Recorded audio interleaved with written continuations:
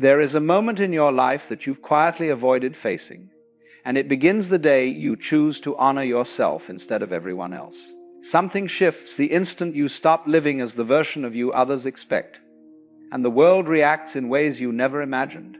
If you've ever felt people withdraw, judge you, or turn against you the moment you set a boundary, comment below. If you've experienced the opposite, tap like and pass this message forward. There is a particular kind of person who walks through this world carrying more than anyone can see. Someone who feels every shift in the emotional weather of the people around them. They are the human tuning forks of life, vibrating at frequencies others barely notice. A smile, a sigh, a subtle change in someone's tone, all of it lands inside them with surprising force.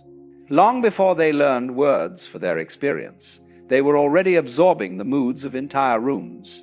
They became emotional sponges, soaking in tension, sadness, anxiety, even when none of it belonged to them. And the world, without ever saying it out loud, appointed them as an emotional sanctuary, a place where people unload their pain, confess their confusion, and seek comfort without offering any in return. Over time, these sensitive souls learned to twist themselves into shapes that kept everyone else calm. They softened their voice when someone was irritated. They stepped aside when someone needed space. They offered warmth when others collapsed into coldness. And the world praised them for it, called them kind, called them understanding, called them reliable. But beneath all that praise was an invisible cost. Because while everyone felt better after leaning on them, the sensitive soul grew heavier with burdens they never chose to hold. They became the unpaid therapist of their circle, the one who listened, soothed, steadied, and carried. Yet almost no one ever asked what was happening inside them. This is where their story begins. With a life shaped around other people's emotions, with a heart stretched thin from tending to worlds outside themselves. With a quiet exhaustion they learned to hide well, and something inside them, something small but persistent, begins to ask a question they've avoided their whole life. Most people think a sensitive person is born soft, born gentle, born with an endless capacity to give. But this is one of the greatest misunderstandings of all. Sensitivity is not always a natural gift. For many, it was built, shaped, forged in environments where paying attention was the only way to stay safe. A sensitive soul often becomes sensitive out of necessity, not destiny. When you grow up needing to read the room before you even enter it, sensitivity becomes your armor. You learn to scan for danger in the smallest shifts, the way footsteps sound on the floor, the pause before someone answers, the subtle tightening in the air before a storm of emotion breaks loose. You develop a radar so finely tuned that missing something feels like a threat.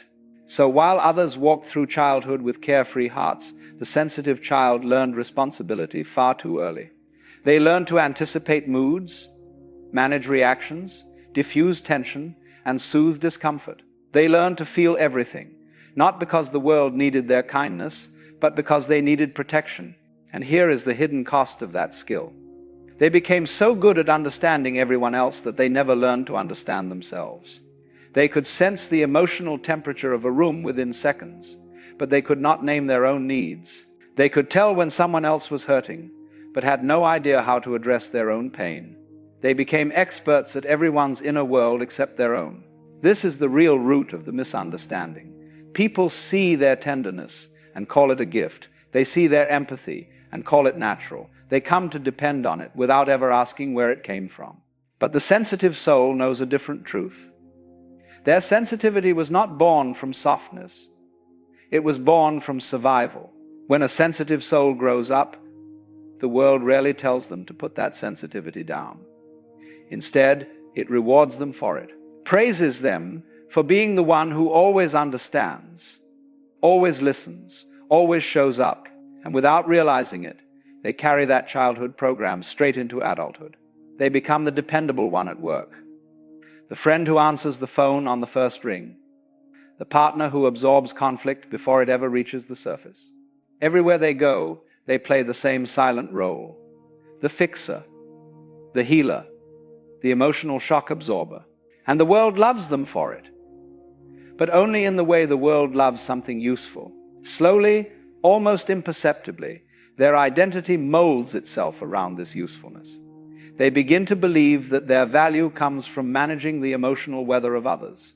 They are the ones who soothe storms, who calm waves, who keep everything functioning smoothly. They sweep up the emotional messes others leave behind.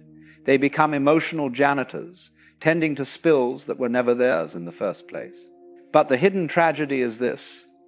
While they're busy caring for everyone else's inner world, their own world begins to fade into the background. Their preferences dim. Their desires get blurry. Their needs become whispers swallowed by louder voices. Piece by piece, they erase themselves in the name of being good, helpful, reliable. They don't notice it happening at first. How could they? Self-erasure is quiet, doesn't announce itself. It doesn't scream. It simply settles in like dust on shelves no one dusts anymore. One day they look at their life, and it feels strangely distant. They are present for everyone else, but not fully present for themselves. It's as if they're acting in a play they never auditioned for, repeating lines they never chose, living a script someone else wrote long ago. There comes a moment in every sensitive soul's life when the performance can no longer continue.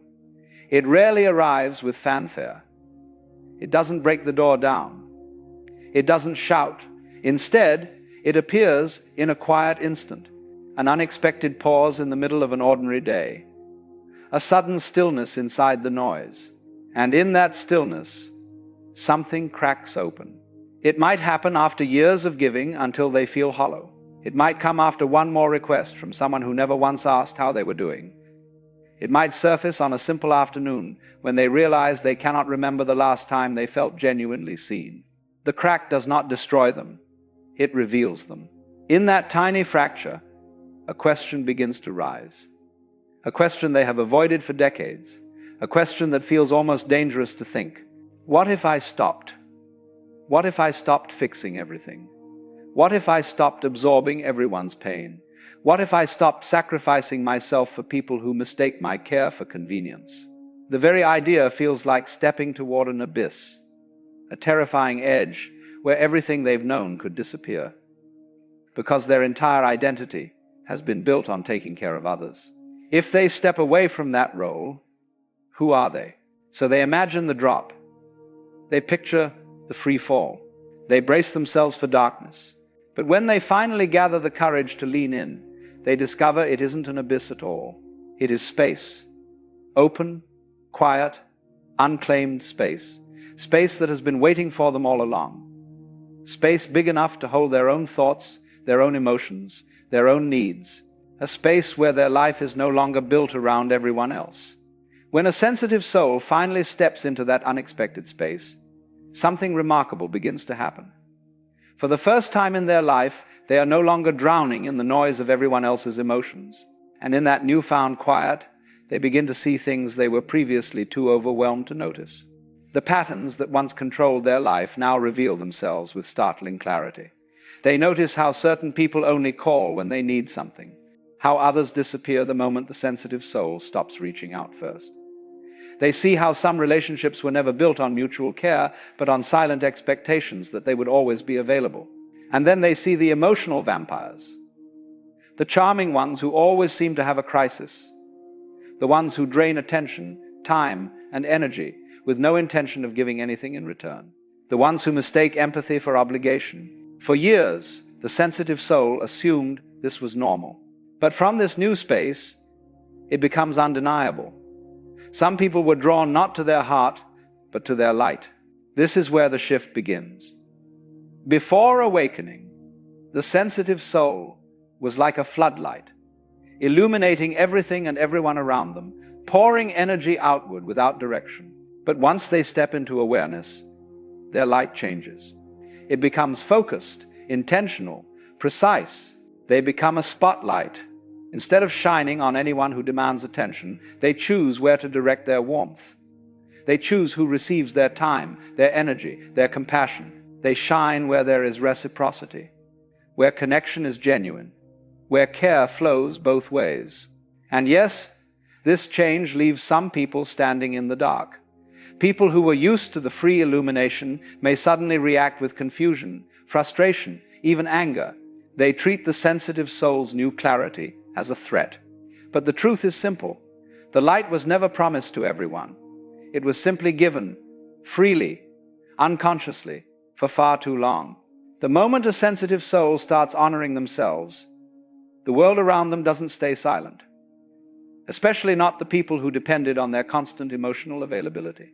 These individuals feel the shift immediately. The warmth they once received so effortlessly is no longer automatic. The attention they relied on without question is no longer guaranteed. And the comfort they treated as an entitlement is suddenly gone. They begin to notice that the sensitive soul no longer rushes to reassure them, no longer bends to accommodate every insecurity, no longer offers unlimited patience for behavior that drains more than it gives. And this loss of free illumination creates a ripple of discomfort they can't quite name. Sometimes the reaction is subtle. A cold tone, a withdrawn conversation, a small accusation slipped into a casual sentence. Other times it is direct and sharp. You've changed. You're distant. You're not the person I knew. Words meant to pull the sensitive soul back into their old role. Words designed to trigger guilt, fear, and the familiar instinct to fix everything. But the most revealing reaction comes from those who were never interested in the sensitive soul's well-being to begin with. They respond with irritation, even anger, because the emotional supply they once accessed without effort has been interrupted. They push, they protest, they demand explanations for a transformation they never believed the sensitive soul had the right to make. And here is where something beautiful happens. The awakened, sensitive soul doesn't scramble to justify themselves. They no longer fight to prove they're still good, still kind, still reliable in the old ways. Instead, they stand quietly in their truth. They understand now that the people who loved them only when they were self-sacrificing were never loving them at all. They were loving the benefits. This realization is painful, but it is also liberating, because once the sensitive soul sees who reacts to their boundaries, they also see who truly belongs in their life. The moment a sensitive soul begins setting boundaries, something almost predictable arrives. Guilt. It doesn't tiptoe.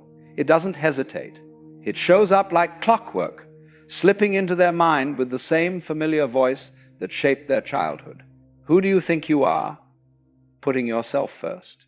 What kind of person disappoints others? Are you becoming selfish? These questions aren't new. They were planted long ago, woven into the sensitive soul's earliest understanding of love and belonging. They learned that their goodness was measured by how much they gave, how much they absorbed, how much they endured. So the moment they choose themselves, the guilt feels like proof they're doing something wrong. But here is the deeper truth. That guilt is not a signal of failure. It is the death throes of the old identity. The part of them that survived by being useful is terrified of becoming irrelevant. It clings, it protests, it whispers warnings, not because the new path is wrong, but because the old path is familiar. And this is where the real battle takes place. Not with other people, but within their own mind. The sensitive soul must learn something they were never taught. How to set a boundary without offering a 3-paragraph explanation. How to say no without collapsing into apology. How to let someone be disappointed without rushing to fix their discomfort. With each boundary, they begin to notice manipulation patterns that once felt invisible. The guilt tripping disguised as concern. The sudden anger when their needs don't come first. The subtle attempts to push them back into the old emotional role. And for the first time, they do not fold. They sit with the discomfort. They sit with the fear. They sit with the guilt until they recognize it for what it truly is. A sensation, not a command. A leftover imprint, not a truth. Because choosing themselves is not a betrayal. It is an awakening. And every boundary they set is a small act of reclaiming the life they were never meant to surrender. For years, perhaps decades, the sensitive soul has carried more than anyone around them ever realized. Not just emotionally, but physically. Because the body keeps score in ways the mind is often too busy to notice. The constant people-pleasing, the emotional surveillance, the absorbing of tension that was never theirs, all of it leaves an imprint deep in the nervous system. Headaches that appear without cause, a tightness in the chest that never fully loosens, fatigue that sleep cannot fix, a stomach that churns at the first sign of conflict. This is the body crying out from years of overfunctioning. The sensitive soul has been operating like an emotional sewage treatment plant, processing stress, pain, and anxiety that belong to everyone else. And the cost of that unseen labor settles into muscles, breath, posture, even the way they walk through the world. Their body has been in a constant state of bracing, waiting for the next emotional impact. But when they finally begin to honor themselves, something extraordinary happens. The body, long forgotten and long unheard, begins to exhale. The tightness starts to loosen. The breath deepens without effort. Sleep returns with a softness they haven't felt since childhood. The aches fade, not all at once, but gradually, as if the body is remembering how to live without constant alarm. And with this unwinding comes a new kind of sensitivity. Not the compulsive, absorbing sensitivity of the past, but conscious sensitivity. The ability to feel without drowning, to notice without absorbing, to care without collapsing. It is as if their emotional boundaries take physical form. They develop what resembles a selective membrane, something permeable, yet protective. They can walk into a room and read its energy clearly, but they are no longer claimed by that energy. They can listen to someone struggle with compassion, but they no longer carry that struggle out the door. Their sensitivity becomes intentional rather than automatic, a skill rather than a burden. And their body, once weighed down by emotional debris, begins to come alive again. When a sensitive soul begins to live with conscious awareness, their relationships naturally start to rearrange themselves. Not through dramatic confrontations or fiery endings, but through a quiet, organic shift. Because once they stop being the constant giver, the silent fixer, the emotional stabilizer, the entire structure of certain connections begins to reveal its true nature. Some relationships simply fade. The friend who only called during crises stops calling. The relative who treated them as emotional backup finds someone else to lean on. The partner who relied on them to carry all the emotional weight senses the shift and either adapts or drifts. It can feel like loss, but it is really revelation. These were not relationships, but emotional contracts, unspoken agreements, where the sensitive soul provided endless support in exchange for minimal reciprocation. Contracts built on convenience, not care. As these contracts dissolve, space opens. And into that space come connections of a completely different quality. People who do not flinch when the sensitive soul says no. People who listen as much as they speak. People who show up without asking the sensitive soul to shrink or shapeshift. These relationships feel strangely restful, lighter yet deeper, as if the sensitive soul is finally meeting people from their true self rather than their survival self. But within this transformation lies something unexpected. Anger. Not the destructive, explosive anger they were taught to fear, but a deep, pulsing anger that rises from years of self-abandonment. Anger at being used. Anger at being overlooked. Anger at staying silent when they needed help. Anger at people who took their kindness as a given. And perhaps the hardest of all, anger at themselves for allowing it. At first, this anger terrifies them. They've spent their entire life smoothing emotions, not expressing them. They mistake the anger for hardness, believing it means they're becoming someone cruel or closed. But anger, for an awakening, sensitive soul, is not corruption. It is clarity. It is the fire that burns through the fog of old conditioning. It is the voice that says enough with a strength they did not know they possessed. Anger becomes a teacher. It points directly to where boundaries were violated. It reveals where they ignored their own needs. It shows them where they betrayed themselves in the name of peace. It fuels the courage needed to stand firm, to speak clearly, to stop excusing what once felt unavoidable. And when the sensitive soul learns to hold their anger without fear, something shifts permanently. They stop viewing anger as danger. They start viewing it as guidance, a compass directing them toward a life where their needs matter as much as everyone else's. After the boundaries are drawn, After the emotional contracts dissolve, after the anger finally speaks its truth, the sensitive soul enters a phase they have never known before. A phase without noise, without obligation, without the constant pull to manage the emotional storms of others. For the first time in their life, there is silence. Not loneliness, silence, a kind of spaciousness they once feared because silence leaves them alone with themselves. And that was something they never truly experienced. Without people to please, without moods to read, without problems to fix, they must face the person beneath all the roles. This is the return to self. It happens slowly. They begin noticing their own preferences, the music they actually enjoy, the pace their body likes to move at, the thoughts they think when no one else's emotions are crowding theirs. They discover what makes them laugh when no one is watching, what inspires them when there is no one to impress, what comforts them when no one is demanding their comfort in return. And somewhere along the way, something miraculous happens. They begin to like their own company.